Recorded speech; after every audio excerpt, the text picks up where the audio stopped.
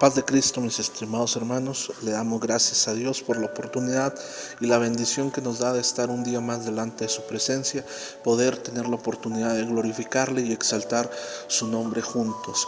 Mi deseo es que el Señor esté bendiciendo tu vida en compañía de tu familia y tus seres queridos en este día, primer día de lo que va a ser la pasión del sacrificio del Señor Jesucristo en esta Semana Santa. Vamos a tomar como punto de partida la oración del Señor Jesús en el Getsemaní.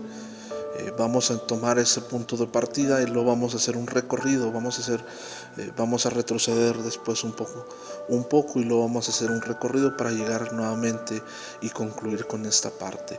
Mi deseo es que el Señor bendiga tu vida a través de este estudio, a través de esta enseñanza, como ha bendecido la mía. Al momento de estar estudiando, al momento de estar preparando esto, el Señor trajo una bendición a mi vida. Fui tocado por la presencia del Señor y su Espíritu Santo se hizo sentir, y creo que el Señor Jesucristo hará lo mismo en tu vida y en tu hogar. Vayamos pues al pasaje que nos ocupa en este día, Mateo capítulo 26, verso 36 en adelante. Hoy nos toca ver este tema tan hermoso. Oremos, oración en la hora de la desesperación. Mateo 26, verso 36 en adelante dice de la siguiente manera: Entonces llegó Jesús con ellos a un lugar que se llama Getsemaní, y dijo a sus discípulos: Sentaos aquí entre tanto que voy allí y oro.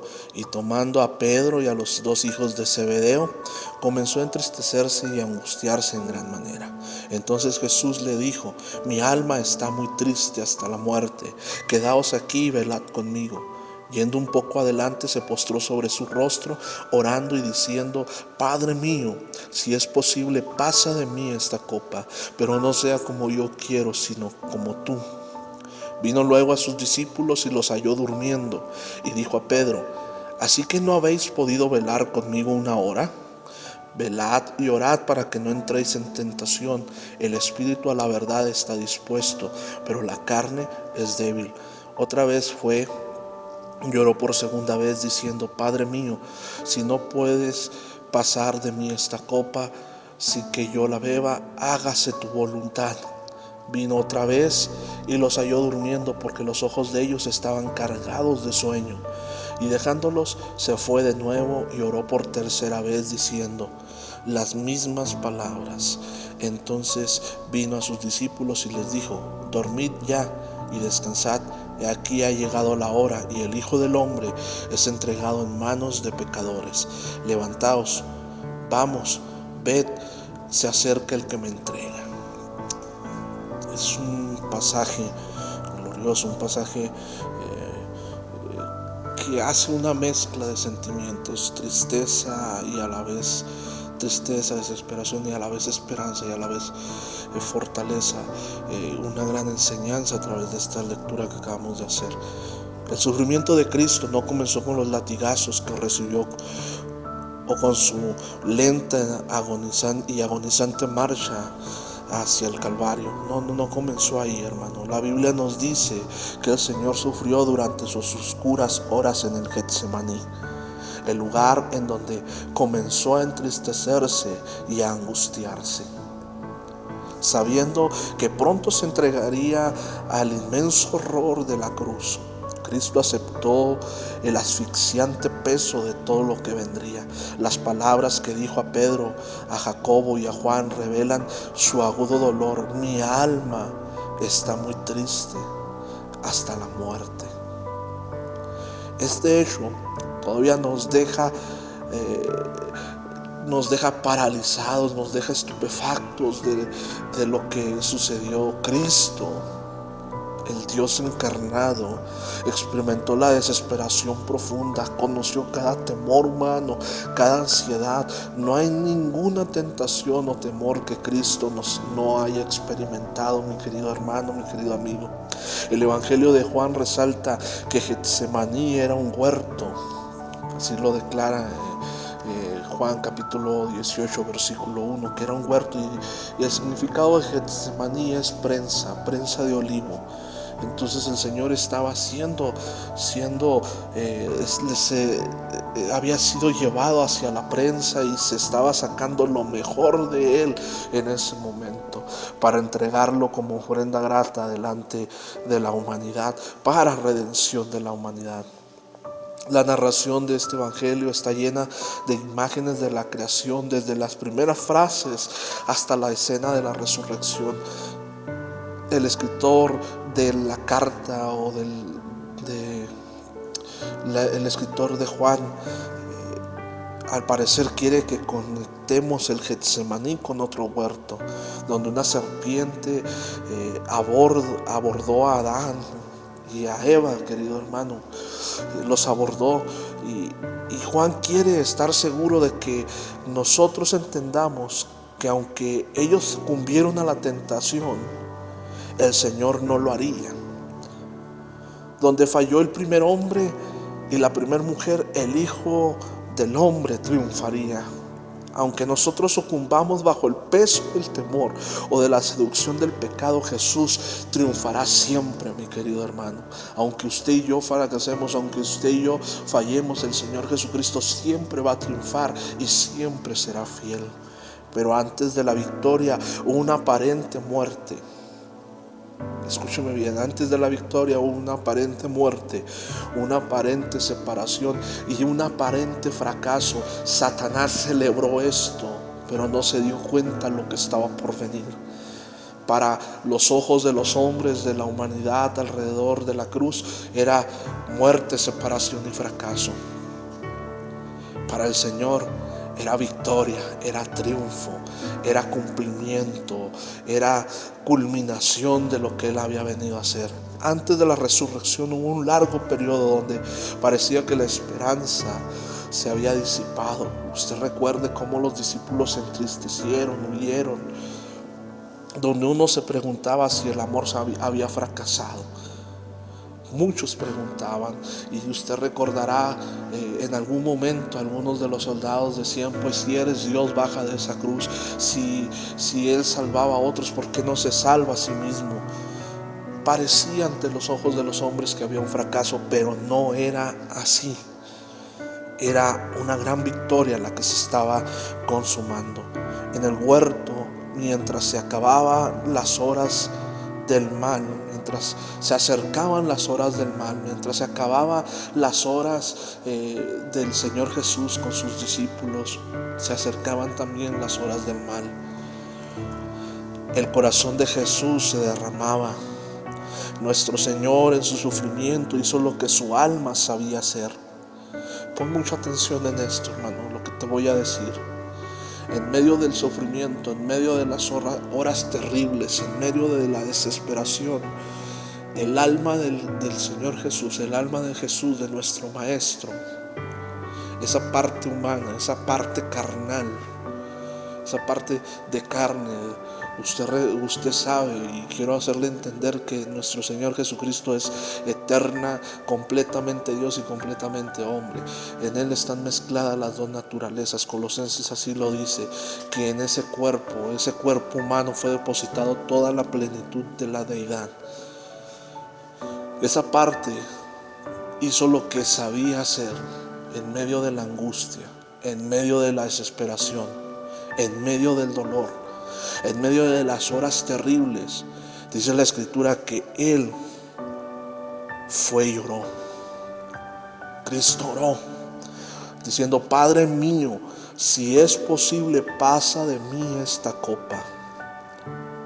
Jesucristo no se limitó a practicar su disciplina espiritual o a darnos un ejemplo a imitar.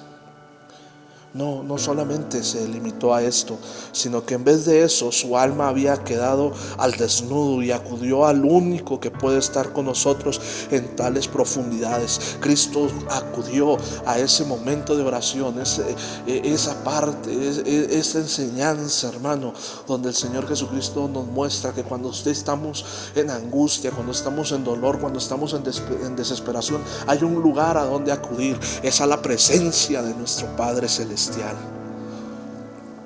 A veces tendemos a pensar que la oración es solo un tiempo de calma o de examinarnos a nosotros mismos.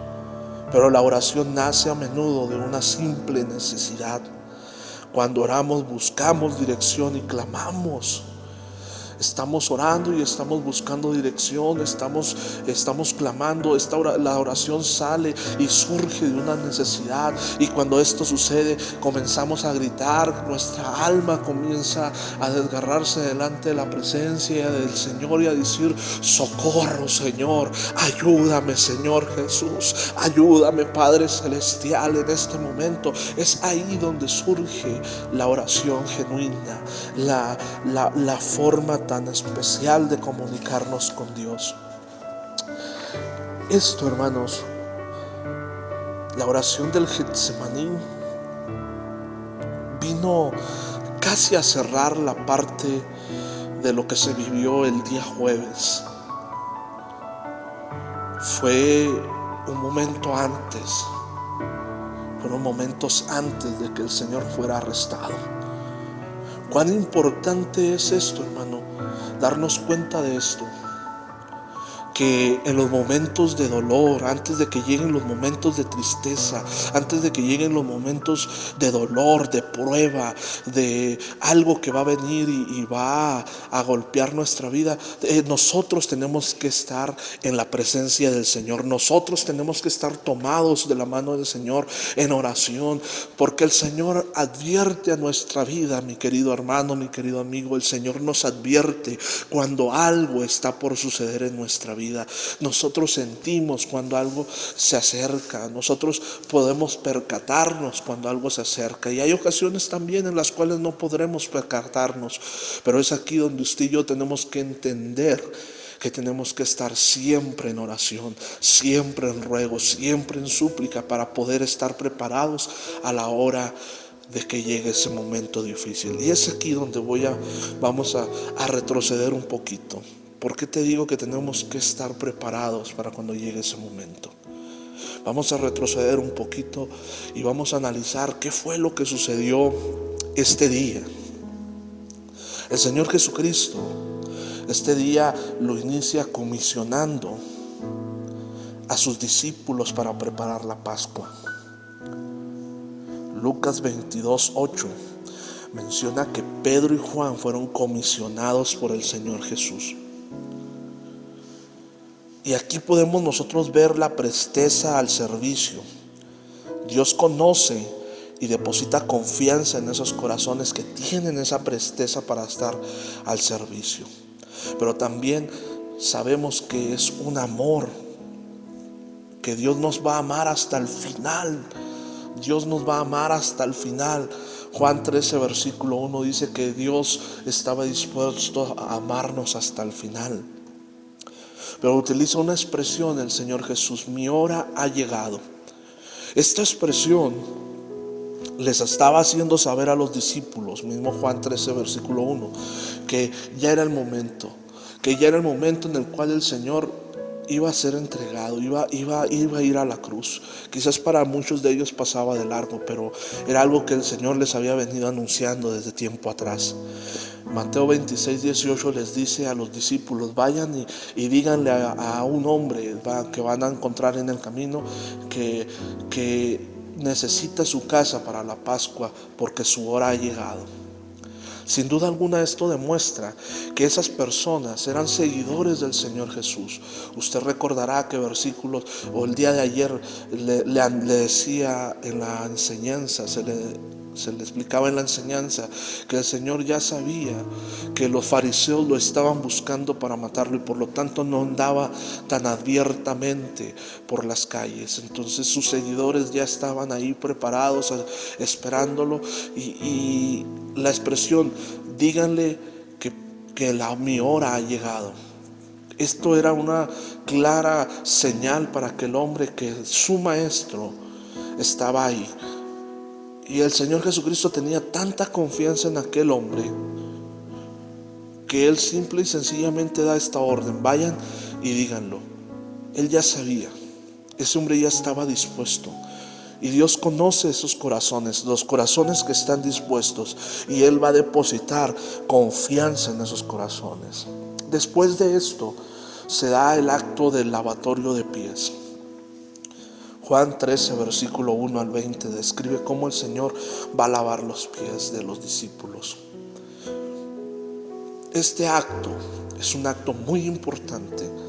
Es un acto que nos va a enseñar mucho sobre la crucifixión, nos va a enseñar mucho sobre la redención del hombre, pero también sobre la vida, sobre la salvación del hombre. Porque este acto del lavatorio de pies nos enseña como primera instancia el servicio y la humildad que el Señor espera que sus hijos tengan. Porque cuando el Señor lavó los pies de los discípulos, el Señor les dijo: y esto lo van a hacer ustedes, entre ustedes mismos, lo van a hacer.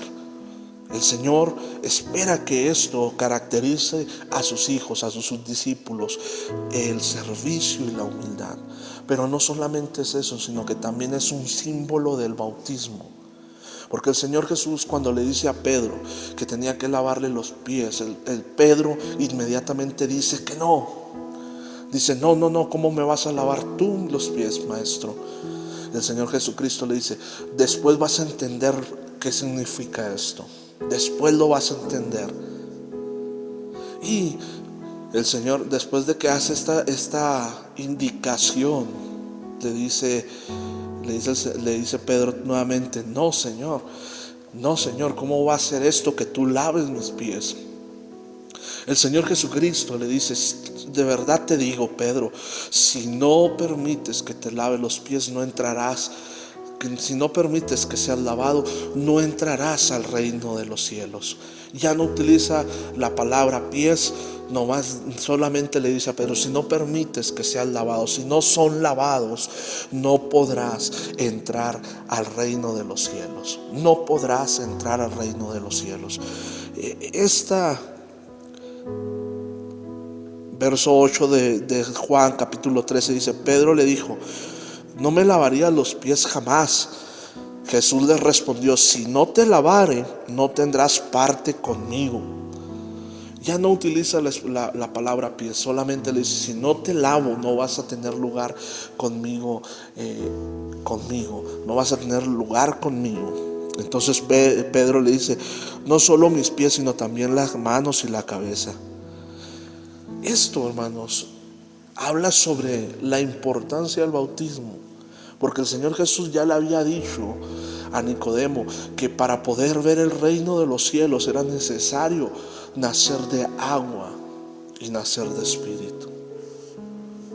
Pedro, después, cuando él viene el día del Pentecostés, él entiende y le preguntan: ¿qué tenemos que hacer, Pedro? Después de que entregaron y crucificaron al Señor Jesús, Pedro les dice: arrepentíos y bautícese cada uno de vosotros en el nombre del Señor Jesucristo para el perdón de sus pecados, y recibiréis el don del Espíritu Santo. Pedro lo entendió. Este acto que se estaba dando en ellos, el lavatorio de pies, Pedro lo entendió. Es necesario ser lavados con la sangre de Cristo Jesús, ser lavados a través de las aguas para ser una nueva criatura en Cristo Jesús, que simboliza humildad, servicio, pasión, entrega para el Maestro.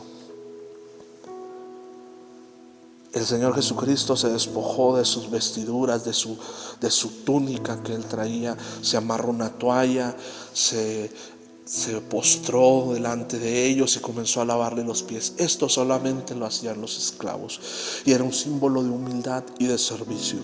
Esto fue lo que les enseñó el Señor Jesús a los discípulos. Después de esto, el Señor anuncia la traición de Judas, o revela que va a ser traicionado por uno de ellos. Juan 13, 21 al 30 lo marca. Y cuando esto sucede, hermano, el Señor declara que hay dolor en su corazón por ser traicionado. Tú y yo a veces podemos pensar que cuando fallamos y que vamos y pedimos perdón, Dios nos perdona. Y es verdad, Dios nos perdona. Pero muchas veces pensamos que esto pasa desapercibido. Pero quiero decirte, mi querido hermano y mi querido amigo, que cada vez que tú y yo fallamos, cada vez que tú y yo le volteamos la espalda al Señor, lo traicionamos, hay dolor en el corazón del Maestro. En este acto donde el Señor anuncia la traición de Judas, viene una pregunta, dice, se surge entre los discípulos, ¿quién es? En otra parte de los libros de los evangelistas, dice, ¿soy yo, Señor? Hacen la pregunta, y esta pregunta nace de alguien que ama al Señor y tiene toda la confianza de preguntar y dar lugar a que el traidor sea expuesto. ¿Quién hace esta pregunta en primera instancia? La hace Juan. Juan está recostado en el regazo, en el pecho del maestro, y cuando él está ahí y que el Señor Jesucristo está declarando que alguien lo va a entregar, que alguien lo va a traicionar, Pedro le hace una seña a Juan y le hace una seña que pregunte quién es. Entonces Juan pregunta, ¿quién es, Señor? ¿Quién es? Esta pregunta solamente la podía hacer alguien cercano al Señor, alguien que amaba al Señor y alguien que estaba seguro que Él no lo traicionaría. Después viene un nuevo mandamiento. Viene el nuevo mandamiento. Aunque haya traición, aunque haya dolor, el Señor Jesucristo les dice, tienen que amarse. Los unos a los otros se tienen que amar. Tienen que amarse. Sin importar la traición, tienen que amarse los unos a los otros. Y en esto van a conocer que son mis discípulos, si se amáis los unos a los otros. Y aquí comienza la última cena. La última cena del Maestro con sus discípulos. La última cena del Señor Jesucristo con aquellos que había caminado aquellos 3 años y medio. Se cierra una etapa de celebración por haber sido liberados de Egipto y da comienzo a la redención de la humanidad. Pues aquí, hermano, en este acto de la última cena del Señor, se cierra esa etapa donde están celebrando, ellos como judíos están celebrando su liberación del pueblo de Egipto. Ahí se culmina, ahí termina. Y va a comenzar la celebración de la redención de la humanidad. Ya no solamente haber sido liberados de la esclavitud humanamente, físicamente, sino ahora ser liberados de la esclavitud espiritual, de la esclavitud de las tinieblas, para pasar a una luz admirable en Cristo Jesús. Ahí mismo, en la cena del Señor, se instituye el nuevo pacto, un nuevo pacto. Y es en este nuevo pacto, Lucas 22, 19 al 20, el Señor establece, les dice, hagan esto en memoria de mí hasta que yo venga. Bendice el pan, lo parte y les dice, este es mi cuerpo que por ustedes es partido, es molido. Y luego toma la copa y les dice, establece el nuevo pacto, la sangre para el nuevo pacto. Les dice, esta copa es el nuevo pacto, es la sangre del nuevo pacto que por ustedes es derramada. Ya no el cuerpo de un cordero, no es la sangre de un cordero que va a quitar el pecado de unos cuantos. No, ahora es el cuerpo del cordero más puro y más santo, del Señor Jesucristo. Es el cuerpo del Señor Jesucristo.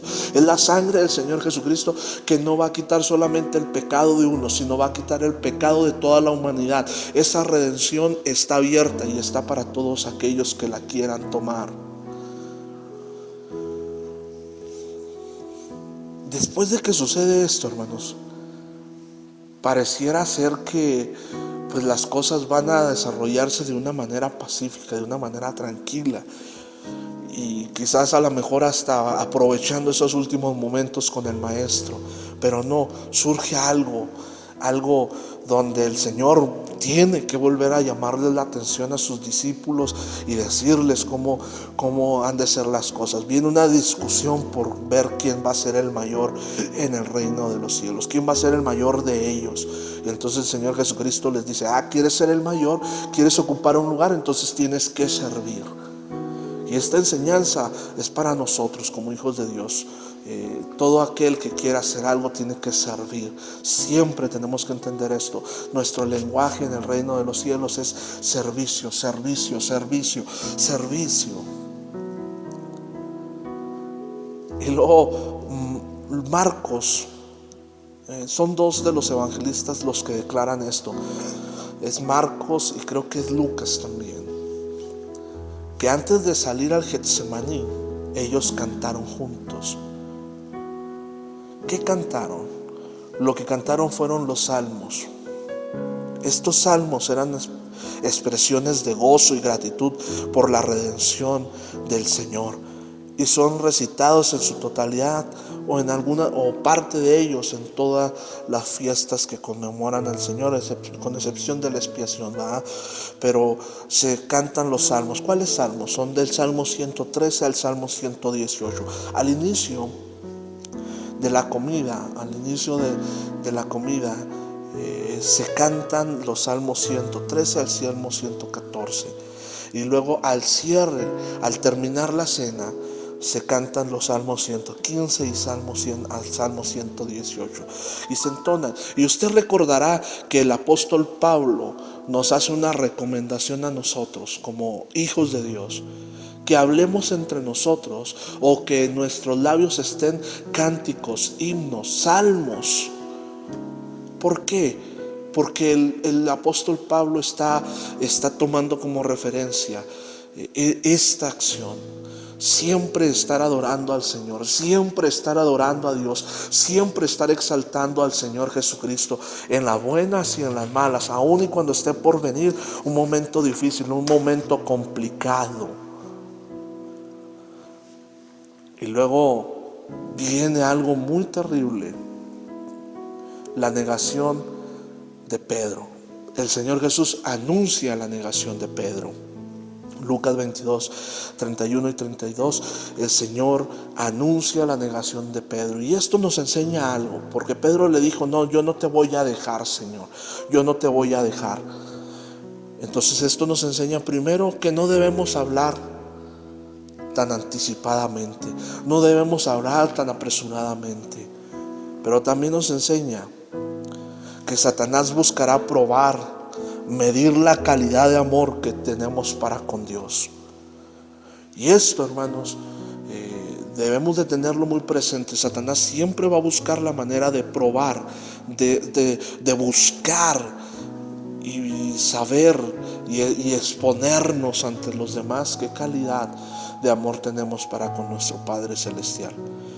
Pero de la misma manera como el Señor rogó por el apóstol Pedro para que su fe no desmayara, el Señor también está siempre intercediendo por nosotros, siempre clamando por nosotros. Lucas habla sobre un acto en particular. El Señor les dice sobre la bolsa, la alforja y espada. Quiero que pongas atención en esto. Lucas 22, 35 al 38, el Señor les habla sobre esto en particular. Lucas 22, 39. Lucas 22, 39 dice de la siguiente manera: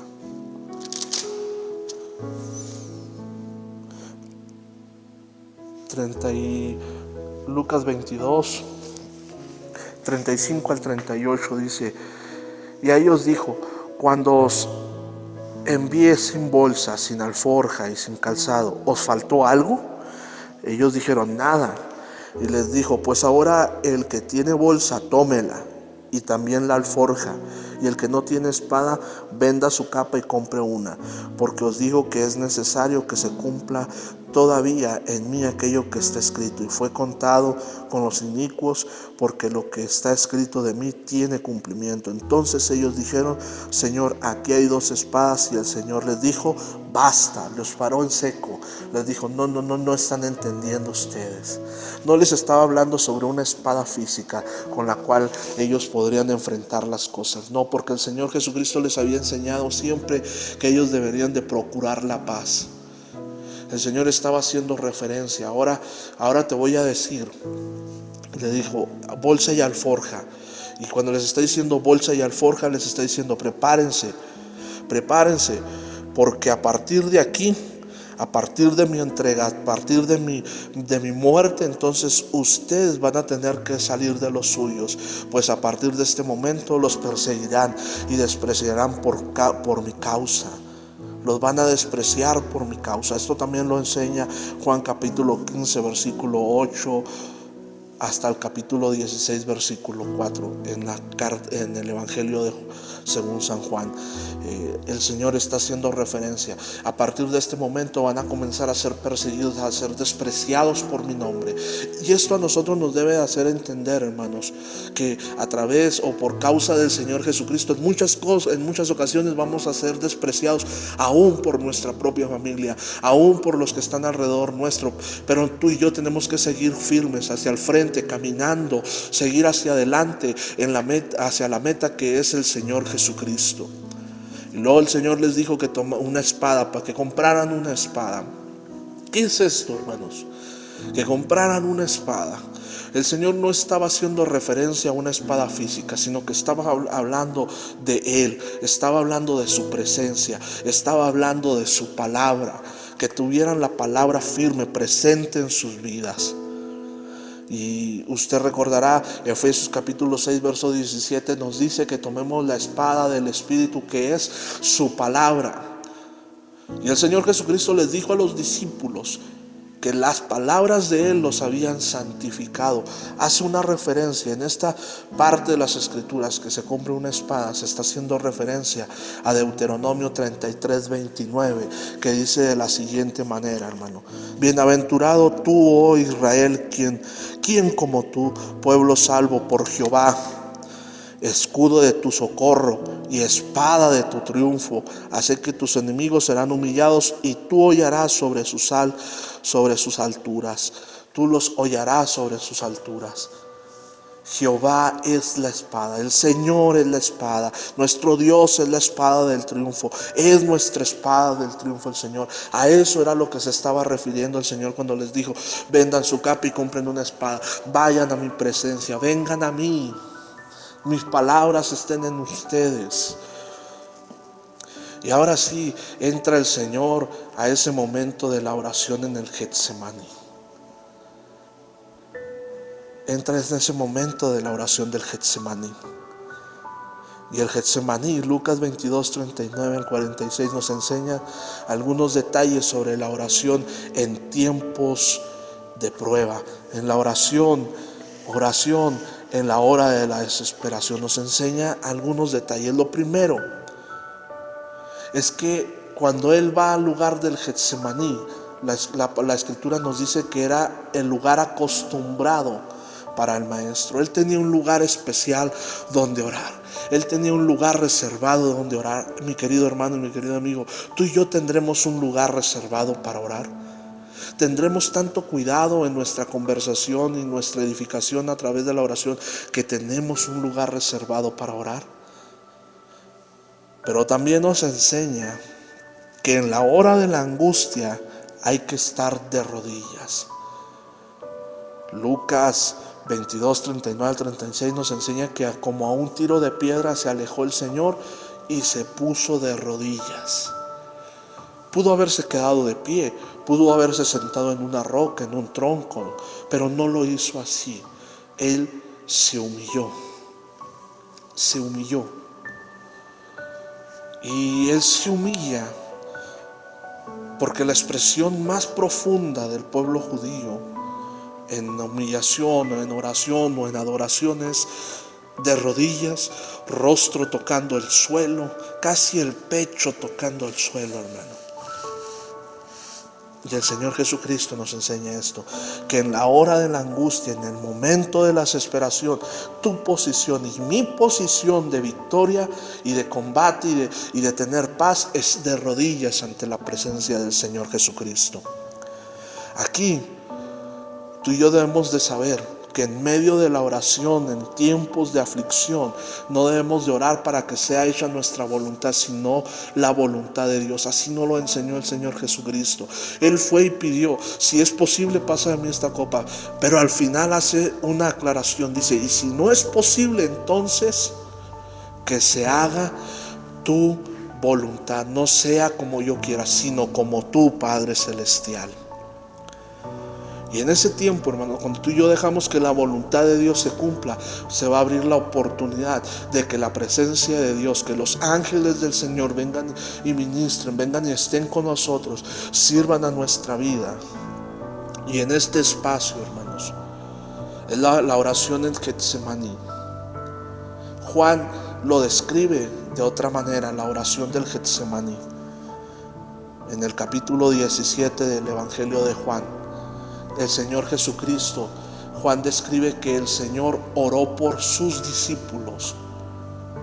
En medio de la aflicción, en medio del dolor, donde Él estaba siendo prensado, donde Él estaba siendo exprimido, donde Él estaba viviendo sus horas más agonizantes, el Señor ora por sus discípulos. Y esto nos da una enseñanza a ti y a mí, mi querido hermano.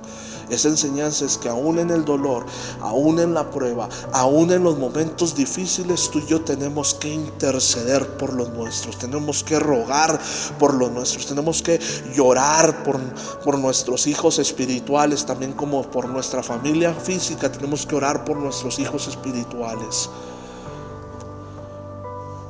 Y aquí viene algo muy terrible, porque el Señor esperaba que aquellos de sus discípulos estuvieran con Él orando.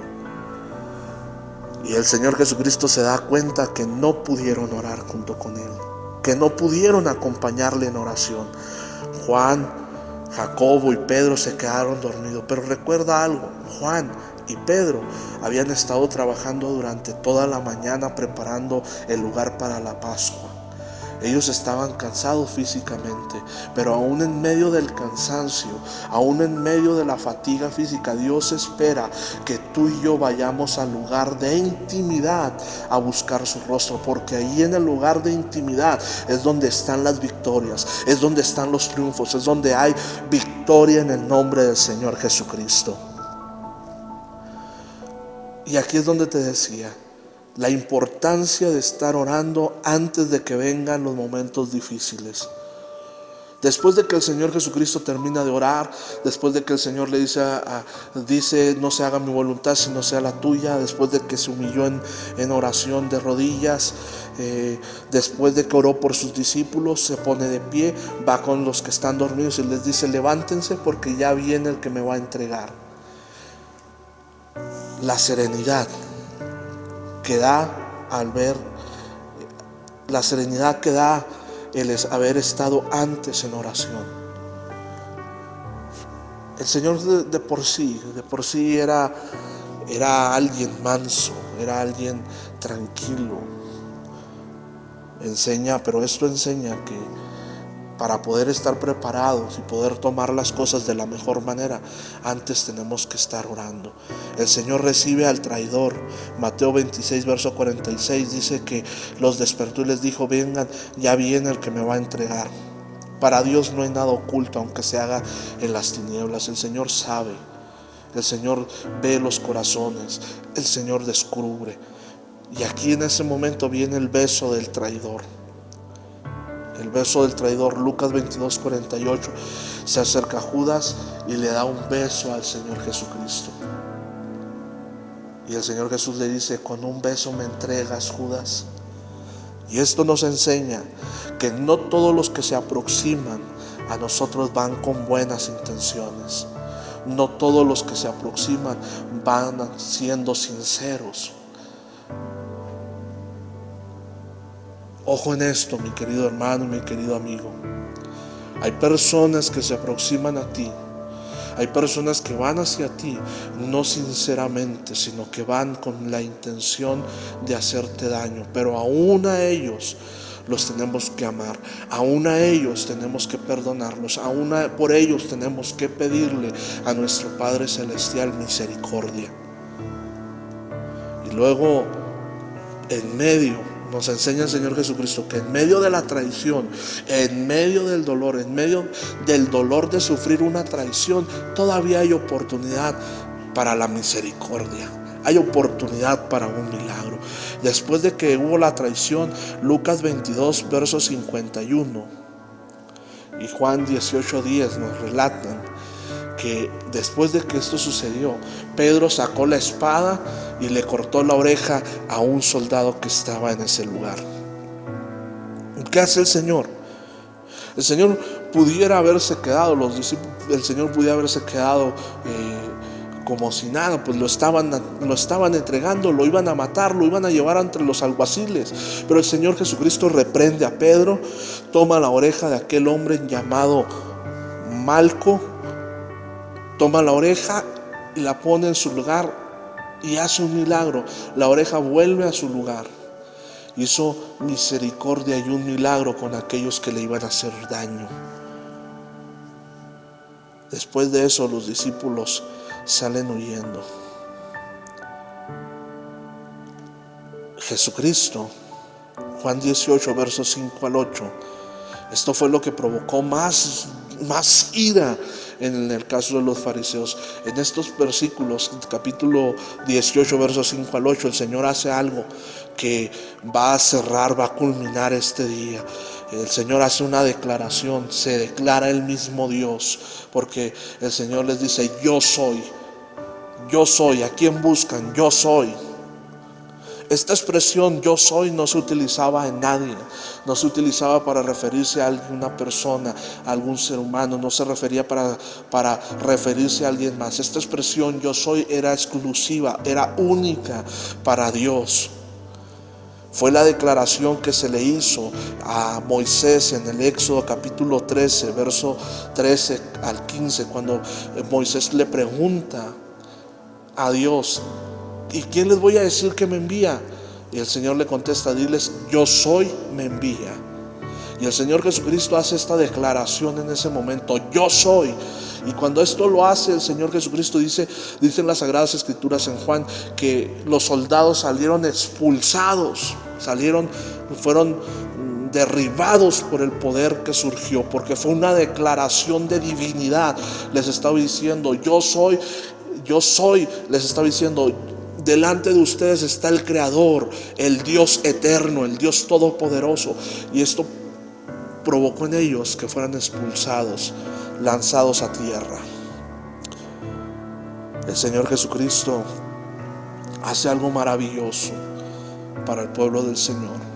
Nos enseña que en medio del dolor, en medio de la tristeza, Él se va a presentar delante de nosotros como el único Dios, como el Dios todopoderoso, el que tiene todas las cosas en sus manos, y nos enseña cómo debemos de orar, cómo buscarle en oración.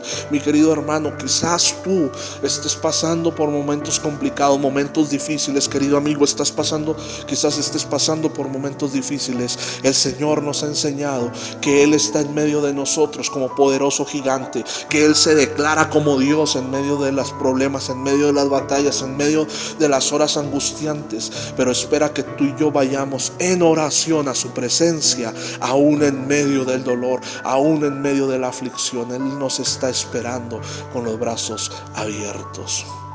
Mi deseo es que el Señor Jesucristo te bendiga, que el Señor Jesucristo te guarde desde ahora y para siempre. Dios te bendiga, hermano.